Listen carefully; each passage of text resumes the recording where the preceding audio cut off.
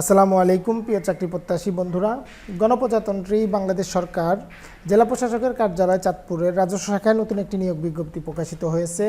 এই নিয়োগের আবেদনটি কবে থেকে শুরু হবে, আপনারা কোন কোন জেলার প্রার্থীরা আবেদন করতে পারবেন, কত টাকা বেতন স্কেল হবে, কত টাকা পরীক্ষা ফি দিতে হবে, সম্পূর্ণ এই ভিডিওতে আপনাদেরকে জানিয়ে দিব। না টেনে ধৈর্য সহকারে সম্পূর্ণ ভিডিওটি দেখতে থাকুন। 15ই মে 2024 খ্রিস্টাব্দে এই নিয়োগ বিজ্ঞপ্তিটি প্রকাশিত হয়েছে। এখানে যে পদটির কথা উল্লেখ করা হয়েছে গাড়ি চালক, যার পদ সংখ্যা রয়েছে 8টি। বেতন স্কেল হচ্ছে 9,300 টাকা থেকে 22,490 টাকা।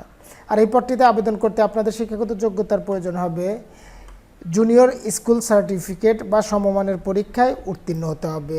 সেই সাথে বাংলাদেশ সড়ক পরিবহন কর্তৃপক্ষ কর্তৃক ইস্যুকৃত লাইসেন্স সহ যানবাহন চালনায় প্রার্থীকে পারদর্শী হতে হবে। আর এই পদটিতে আপনারা জন্মসূত্রে বাংলাদেশের স্থায়ী নাগরিক ও চাঁদপুর জেলার স্থায়ী বাসিন্দাগণ শুধুমাত্র আবেদন করতে পারবেন। আবেদনের যে শর্তাবলী রয়েছে 21/5/2024 খ্রিস্টাব্দে প্রার্থীর বয়স 18 থেকে 30 বছরের মধ্যে হতে হবে।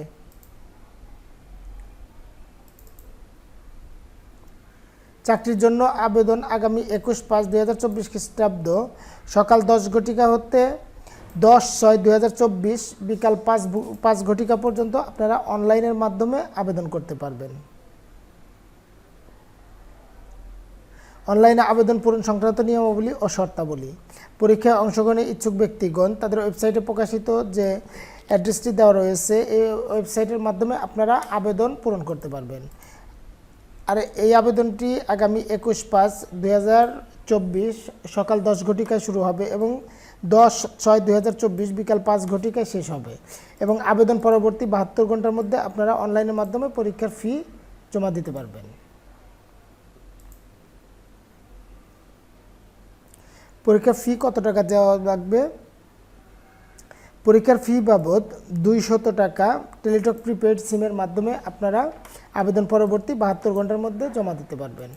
আর আবেদনের SMS এর নিয়মাবলী এখানে দেওয়া রয়েছে। আপনারা প্রথম থেকে শেষ পর্যন্ত সার্কুলারটি ভালো করে পড়বেন। সার্কুলারের লিঙ্কটি আমি আমার ডিসক্রিপশন বক্সে দিয়ে রাখবো এবং আবেদনের লিঙ্কটিও ডিসক্রিপশন বক্সে দিয়ে রাখবো।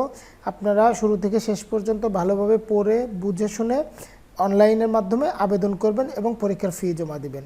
তো এই ছিল আজকের ভিডিও, আশা করি সবাই বুঝতে পারছেন। দেখা হবে পরবর্তী নতুন কোনো ভিডিওতে। ততক্ষণ পর্যন্ত সবাই ভালো থাকবেন, সুস্থ থাকবেন। আসসালামু আলাইকুম।